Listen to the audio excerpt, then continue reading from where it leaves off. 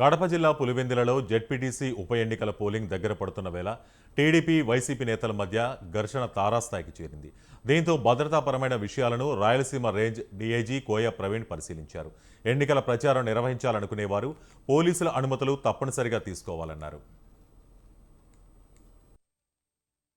ప్రతిష్టాత్మకంగా జరుగుతున్న ఈ పులివెందుల జెడ్పీటీసీ ఉప ఎన్నికలు ఏదైతే ఉన్నాయో దానిలో మొత్తం టీడీపీ, వైసీపీ, కాంగ్రెస్ ముగ్గురు ప్రధాన పార్టీలే కాకుండా ఇతర 8 మంది స్వతంత్ర అభ్యర్థులు దీనిలో పోటీ చేస్తూ ఉన్నారు. ఇది పులివెందుల మండలంలో సింహభాగం అంతా కూడా మున్సిపాలిటీలో ఉంది. సో దానివల్ల ఏంటంటే పంచాయతీలు వచ్చి 9 పంచాయతీలు, మరో 8 చిన్న హ్యామ్లెట్స్ ఉన్నాయి.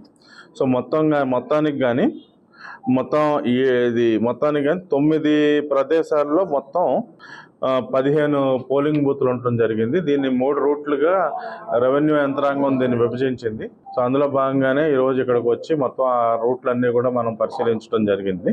సో ఇక్కడ అంతా కలిపితే మనకి 10,000 మంది మాత్రమే ఇక్కడ ఓటర్లు ఉన్నారు. ప్రతిమా జనాభా అంతా కూడా మున్సిపల్ ప్రాంతాల్లో ఉండటం జరిగింది.